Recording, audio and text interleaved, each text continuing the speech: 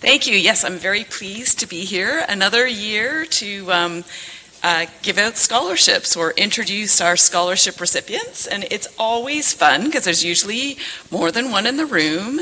Those previous recipients, please raise your hands. Oh, we certainly have a few today. Great. Awesome. So, the Robert Caton Scholarship was established to honor the memory of Dr. Robert Brent Caton, a scholar, entrepreneur, and expert in the field of air quality, atmospheric emissions, and environmental management and policy. Bob was an atmospheric chemist of considerable expertise, but his interests and contributions to environmental issues were broad. He was well known for his unshakable integrity as well as for his support and mentoring of students and working scientists. The Robert Caton Scholarship was originally established by contributions from friends and colleagues, and the BC Clean Air Research Fund also contributed. The scholarship is intended to support graduate-level students within the environmental sciences with high ideals, demonstrated interest in studies relating to atmospheric sciences, air quality and health or policy, and specific goals leading to future work in that field. This year's recipient of the Robert Caton Scholarship is Anne Duong, a PhD student at the University of Northern British Columbia in Prince George, which we were just hearing about. And she also works at Northern Analytical Lab Services. So I thought that was interesting. I emailed her to let her know that we were just listening to a presentation about that, because unfortunately she's not able to be here. Her area of research is the validation of a multi-fraction sampler to evaluate respirable and inhalable dust mass and metals in workplace air. Outside of research, Anne is a youth director for the Fraser Basin Council and a director for Eco Living Community, a nonprofit organization that promotes community resilience and sustainability.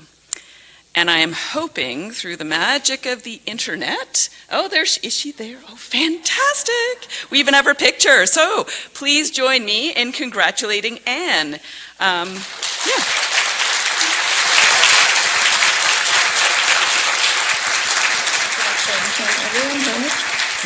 she's going to give us just a brief presentation on her research. Go ahead, Anne. Thank you, everyone. First of all, I really would like to thank the organizers for allowing me to present virtually.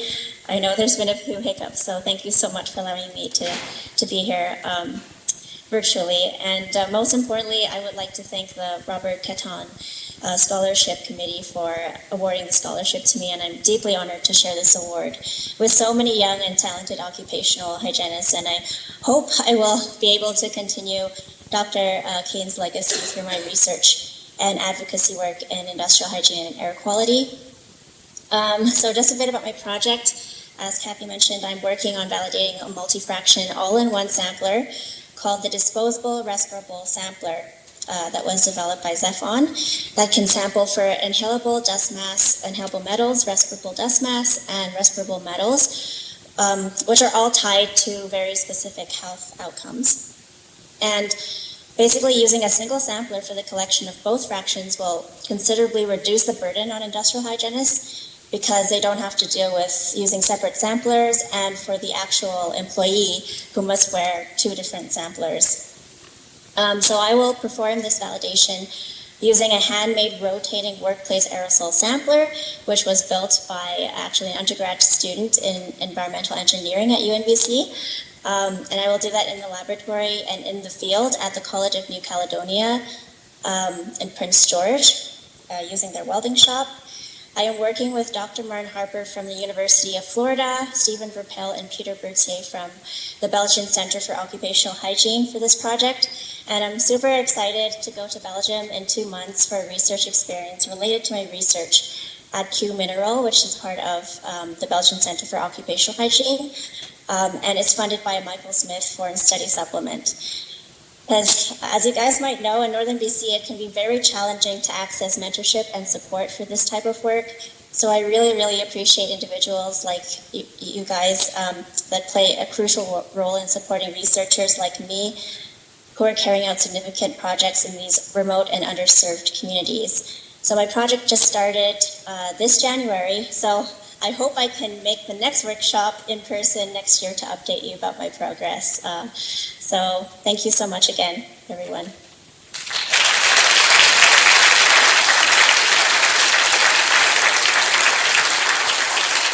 So thank you to Anne, and she's disappeared, but hopefully she's still hearing us, and it was great to meet you via Zoom. And now I'll pass it on to Connor, who's going to introduce our other two winners.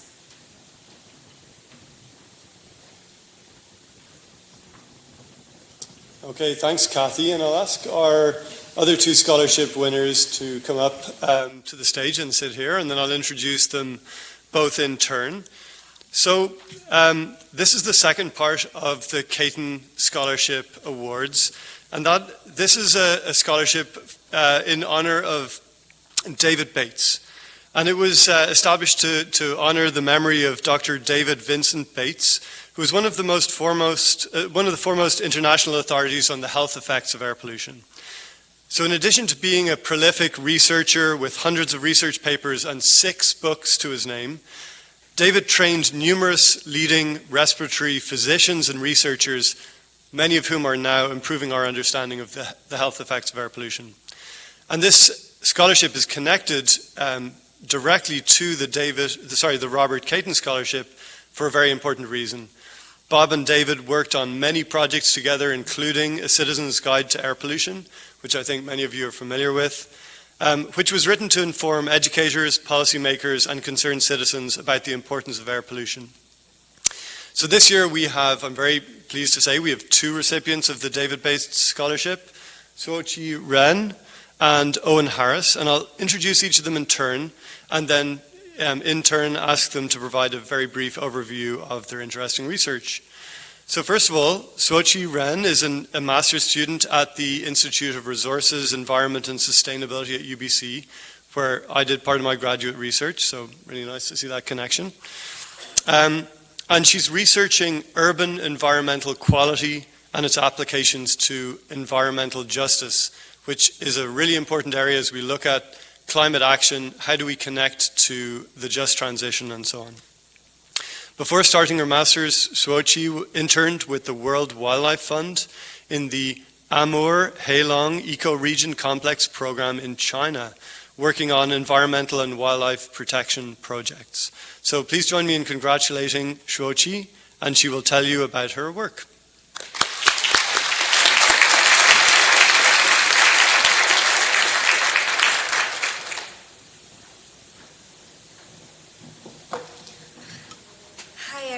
I am standing here with my greatest gratitude to be awarded the David Bates Scholarship, and I am extremely honored and appreciative to be recognized my study research, my past experiences, and my great passion on environmental studies by the scholarship committee. Thank you. And I want to especially thank my supervisor, Dr. Amanda Zhang, who supports and directs my study all the time. I will continue my study with her studying this September as a PhD student, which is another great news came to me in addition to this scholarship in these 2 months. Here I want to briefly talk about my thesis research, what are some questions I am asking, and sharing some interesting results I have gotten so far. The urban environment has a huge impact on human health and well-being. It's everyone's right to have a safe and clean environment. However, in reality, this is not always the case. Research have shown that the more vulnerable and disadvantaged population often do not have equal access to environmental benefits like visiting green space, or more exposed to environmental burdens like air pollution. And this is what we define as distributional environmental injustice. This kind of injustice is identified all around the world, including Canada. Because the environment we are living in consists of a complex, interconnected mixture of factors, instead of only experiencing one variable, I thought it would be crucial to explore the injustice related to the multidimensional environmental quality. Based on that, my research focuses on urban areas in Metro Vancouver and aims to answer two questions. The first one is how to assess the cumulative multidimensional environmental quality that consider the physical interactions between the environmental variables, including air pollution as one of the main stressors. And secondly, what are the changing spatial and temporal patterns of the environmental injustices in Metro Vancouver between 2006 and 2016? The environmental variables I researched include walkability, green space, heat stress, accessibility to a park or a water body, and importantly, air pollution. And the considered demographics including age, race, indigenous identity, and social and material deprivation. I integrated all environmental variables together using different methods to assess the composite environmental quality. At the same time, look at two variables at a time to capture the synergies and interactions between them. And then I explored the relationships between the demographic variables and assess the environmental quality to see if there are any injustices related to certain groups of people. As for the results, I identified lots of patterns because we included so many different variables and look at different aspects of the environment. A one-sentence takeaway would be environmental injustice patterns are changing through time and across space. And these changing patterns are driven by different aspects of the environment. Here I want to briefly mention several high-level general patterns that could be insightful for urban environmental management. Firstly, locations with an overall good environment could still be risky for human health if we consider specific environmental variables. And secondly, although the environment is generally getting better in 2016 compared to 2006, the changing distribution shows that there are still some groups facing disproportionate exposure or limited access to environmental benefits, and this pattern is now improving for all marginalized groups. I also found that injustice could be identified at the local community level, even though not at the whole regional level. And this can help us able to target the specific communities with both high percentage of disadvantaged population and high level of injustice. And this could help the future interventions. I am hoping to continue this study to explore the drivers and reasons behind all these patterns in my PhD studies to make more concrete contribution in urban planning and policy making. I extremely appreciate receiving this scholarship and the opportunity to be here to learn all these great studies and research. I am greatly encouraged and now feeling more than determined to contribute to a better environment in the future. Thank you.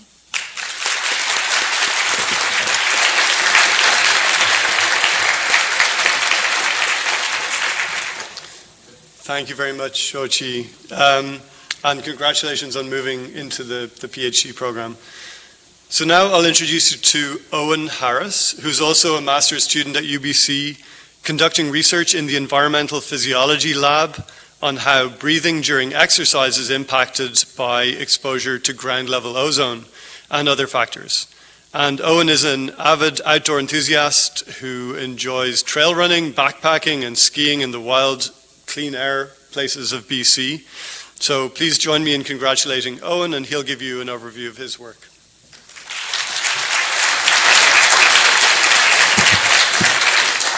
Thank you, Connor, for that introduction there. I'll try to keep this brief as I know we're probably excited for lunch. First off, I'm honored to accept the David Bates Scholarship at this year's BC Lung Association Air Quality and Health Workshop. I'd like to express my gratitude to the Robert Catton Scholarship Committee and the Vancouver Foundation for providing me with this opportunity to further my studies and continue to make a difference within the fields of air pollution and human health. As a graduate student and in the Environmental Physiology Laboratory at UBC, the work of myself and my colleagues focuses on the impacts of air pollution under the added stress of physical activity.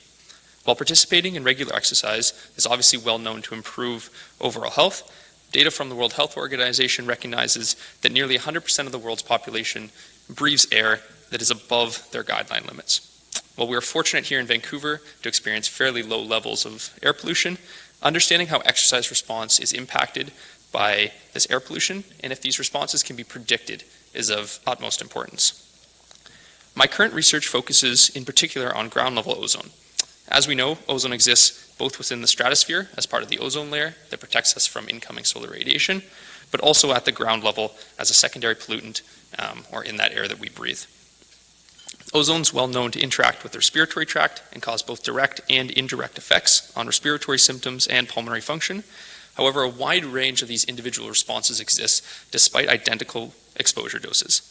These effects can be further magnified when we move from that resting ventilation to exercise, as we're inhaling more air, and also as we move from that nasal ventilation, where we're able to filter the air fairly well, to oral ventilation. So multiple impacts with exercise that can increase that overall exposure to ozone. The main goal of this research project is to predict which individuals might be at the greatest risk of adverse responses during exercise, and trying to relate this back to how they might respond during rest. To study this research question, we've opted for a single pollutant, laboratory-controlled study, which is currently ongoing. Male and female endurance athletes are currently being recruited to perform resting, submaximal, and maximal exercise under real-world levels of air pollution and under room air in order to compare them in a double-blinded design. For our ozone levels, we're looking at 170 parts per billion, and we can kind of think of this as a bad day in a bigger metropolitan city, such as Tokyo, Paris, LA. For all exercise bouts, participants are seated on a stationary bicycle and are attached to our purpose-built pollution chamber via a mask and inspiratory hose, which will contain either the desired concentration of ozone or room air. Measurements of pulmonary function, respiratory symptoms, breathing pattern, and exercise capabilities are compared between these two conditions to compare the effects of ozone and try to relate these responses back to those resting measures. A better understanding of which individuals might experience the most severe negative effects of ozone air pollution and if the response can be predicted is essential for utilizing those proper mitigation strategies, such as antioxidants, potential acclimatization protocols, wearing a mask, avoiding exercise outside during these periods of high pollution. The David Bates Scholarship helped me to continue my education and research in this field, and I'm extremely grateful for this recognition. I look forward to furthering my studies and making a positive impact in the fields of environmental physiology and health. If you're interested in hearing any more about this, or if maybe you've been sleeping all morning and you don't know pollution's bad for you, we are still looking for participants, so feel free to come talk to me at some point. Thank you.